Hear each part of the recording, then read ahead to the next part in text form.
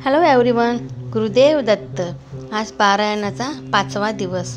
आज 3च अध्याय होते, त्याच्यामुळे आज मी सकाळी एकच अध्याय वाचला, तोही 36वा. आणि तो 36वा अध्यायामध्ये 537 ओव्या होत्या.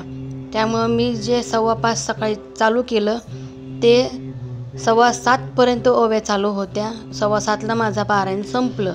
36व्या अध्यायामध्ये प्राणायाम आणि गायत्री मंत्र एवढा भारी अर्थ सांगितला आणि त्याचे परिणाम एवढे भारी सांगितलेत आणि एवढे डीपली होते की अक्षरशः मला पहाटे थंडीत घाम फुटला होता. एवढा पॉवरफुल आहे गुरुचरित्राचा प्रभाव. बघा, पारायणामुळे आज घरामध्ये 5 दिवस झालं एक पॉझिटिव्हिटी, एक एनर्जी वाटते माहिती आहे. घरामध्ये खूपच मस्त वाटतंय. कायम घरात श्री गुरुदेव दत्त, श्री गुरुदेव दत्त ह्या नामोच्चार चालू असतो.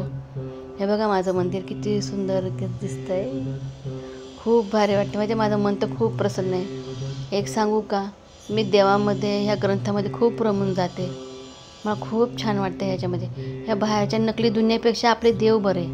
ते कुठेतरी आपलं ऐकतात, तरी दुनिया आपलं ऐकत नाही. सगळीकडे नकली मुखवटे, तर कामापुरतं हसायचं, कामापुरतंच बोलायचं. कसं ना, सगळं खूप विचित्र वाटतं माहिती आहे मला. ठीक आहे, जाऊ देत. माझा देव भला आणि मी भली.